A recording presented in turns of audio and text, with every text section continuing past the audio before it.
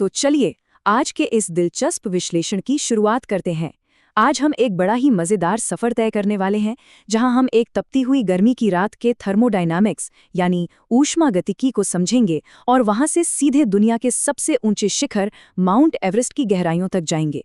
ये सफ़र इस बारे में है कि गर्मी आखिर काम कैसे करती है, कैसे छिपती है और कैसे हमें चौंकाती है। शुरुआत एक ऐसी स्थिति से करते हैं जो हम सबने कभी न कभी महसूस की है।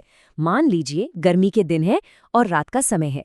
सूरज पूरी तरह से ढल चुका है, आसमान में तारे चमक रहे हैं और हम छत पर आराम करने जाते हैं।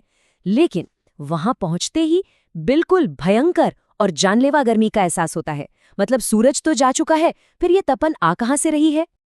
असल में इसका सीधा सा जवाब है हमारे आसपास का वातावरण, जो एक थर्मल स्पंज यानी गर्मी सोखने वाले स्पंज की तरह काम करता है। होता क्या है कि जमीन, दीवारें और आस पड़ोस के मकान ये सब दिन भर सूरज की गर्मी को अपने अंदर सोखते रहते हैं, और रात होने पर जब सूरज चला जाता है तब भी ये सारी रुकी हुई ऊर्जा हवा में वापस बाहर निकलती रहती है। यही वजह है कि रात के समय भी हमें वो भयंकर गर्मी महसूस होती है। सेक्शन 1, पानी छिड़कने का विज्ञान। आप इन तपती हुई सतहों को ठंडा कैसे करें? अक्सर लोग सीधे एक पूरी बाल्टी पानी जमीन पर फेंक देते हैं, जो कि एक बेकार सा शॉर्टकट है। यहाँ हमें सिर्फ ताकत नहीं, बल्कि थोड़ा विज्ञान यानी फिजिक्स का इस्तेमाल करना चाहिए। स्मार्ट तरीका यह है कि सबसे पहले हल्का सा पानी छिड़के। इससे पानी तुरंत भाप बनकर उड़ जाएगा और अपने साथ सतह की सबसे भयंकर गर्मी को निकाल ले जाएगा। जब ये भाप उड़ जाए, उसके बाद पानी की दूसरी और भारी परत डालें, ताकि बची हुई गर्मी पूरी तरह से शांत हो जाए। है ना कमाल की ट्रिक? सेक्शन 2, पहाड़ों का तापमान और उसकी गिरावट। 22 डिग्री सेल्सियस। विज्ञान का एक बड़ा ही दिलचस्प नियम है कि जब भी हम 4000 मीटर यानी लगभग 4 किलोमीटर की ऊंचाई तय करते हैं, तो तापमान में ठीक 22 डिग्री सेल्सियस की गिरावट आती है। ये एकदम सटीक गणित है। इसे एक उदाहरण से समझते हैं। अगर जमीन पर गर्मी की किसी रात का तापमान 32 डिग्री है और हम वहां से 4000 मीटर ऊपर किसी पहाड़ पर चढ़ जाएं, तो वो 32 डिग्री घटकर सीधा ठिठुरा देने वाला 10 डिग्री रह जाता है। मतलब नीचे भयंकर गर्मी और ऊपर एकदम सर्दियों जैसा मौसम। सेक्शन 3, एवरेस्ट की गणना। अब इस गणित को थोड़ा और आगे बढ़ाते हैं।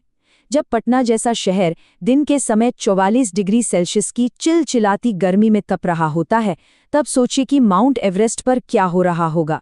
8000 मीटर की ऊंचाई के कारण तापमान में कुल 44 डिग्री की ही गिरावट आती है। यानी पटना के 44 डिग्री में से 44 घटा दें तो एवरेस्ट पर तापमान सीधे 0 डिग्री तक पहुंच जाता है। एकदम जमा देने वाली ठंड। लेकिन ठहरिए, यहाँ एक बहुत ही जरूरी नियम है। पहाड़ों पर तापमान की गिरावट की गणना हमेशा उस पहाड़ के अपने बेस यानी उसकी तलहटी से की जानी चाहिए, ना कि पटना या मुंबई जैसे किसी दूर के मैदानी इलाके से। तो अगर नेपाल में पहाड़ के बेस का असली तापमान 20 डिग्री है, तो वहां से 44 डिग्री की गिरावट को घटाने पर चोटी का तापमान एक खूंखार -24 डिग्री तक पहुंच जाएगा। सेक्शन 4, सूरज की पहेली, एक विरोधाभास। अब यहाँ एक बहुत ही अजीब सा सवाल पैदा होता है। अगर पहाड़ पर चढ़ने का मतलब शारीरिक रूप से सूरज के ज्यादा करीब जाना है, तो तापमान बढ़ने के बजाय इतनी तेजी से कम क्यों हो जाता है? लॉजिक तो ये कहता है कि सूरज के पास जाने पर हमें और गर्मी लगनी चाहिए। फिर ये कैसे संभव है? सेक्शन 5, पहाड़ गर्मी को क्यों नहीं रोक सकते। इसका जवाब हमारी उसी पुरानी छत वाली कहानी में छिपा है। दरअसल हमें जो गर्मी महसूस होती है, वो सिर्फ सूरज की सीधी किरणों से नहीं आती, बल्कि हमारे आसपास के वातावरण से टकराकर भी फैलती है। अब पहाड़ की ऊंची चोटी को ही ले लीजिए। वहां केवल सूरज होता है। गर्मी को सोखने और उसे वापस छोड़ने के लिए वहां कोई जमीन, दीवारें या इमारतें नहीं होती। यानी वो हीट स्पंज वहां मौजूद ही नहीं है।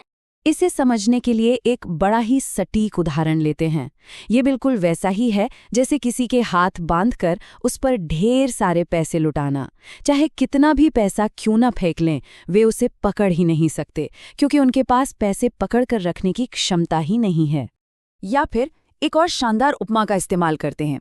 ये किसी ऐसे व्यक्ति को शाही दावत परोसने जैसा है जिसके मुंह पर टेप बंधा हुआ हो। खाना चाहे कितना भी स्वादिष्ट क्यों ना हो, वो खा ही नहीं सकते और सब कुछ बस इधर उधर गिर जाएगा। बिल्कुल इन्हीं उपमाओं की तरह पहाड़ की चोटी पर जो बहुत ही पतला वायुमंडल होता है, उसके पास गर्मी को पकड़ने और रोक कर रखने के लिए कुछ होता ही नहीं है। क्योंकि सतह नहीं है, इसलिए सारी ऊर्जा बिना रुके बस सीधे अंतरिक्ष में वापस लौट जाती है। तो अगली बार जब गर्मी के दिनों में पक्की सड़क से आग जैसी लपटें उठ रही हों, तो इस बारे में जरूर सोचिएगा। हमें इस विश्लेषण को एक सवाल के साथ खत्म करते हैं।